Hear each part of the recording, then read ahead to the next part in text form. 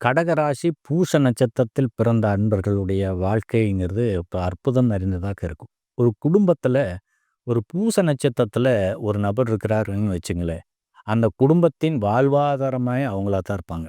என்ன காரணம்னு கேட்டிங்கன்னா, இந்த பூச நட்சத்திரம் தான் இருக்கக்கூடிய இடத்தை செழிப்பாக வைத்திருக்கக்கூடிய தன்மை பெற்றது.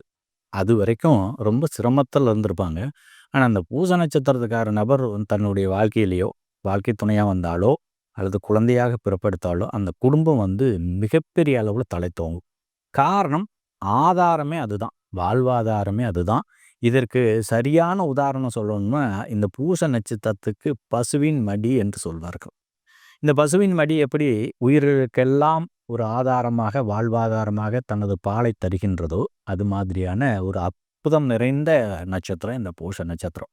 இவர்களுடைய வாழ்வு என்பது ஒரு அற்புதம் நிறைந்ததாகத்தான் இருக்கும். உடல் ஆரோக்கியமும் மனோ வலிமையும் இவர்கள் இயற்கையாகவே சுகரித்திருப்பார்கள். வாழ்நாள் முழுவதும் பெரிய அளவில் துன்பங்களை அனுபவிக்காம எந்த வகையிலாவது தன்னுடைய வாழ்வை மேம்படுத்தி கொண்டே இருக்கக்கூடிய தன்மையை படைத்தவர்கள் தான் இந்த பூச நட்சத்திரத்தை சார்ந்தவர்கள்.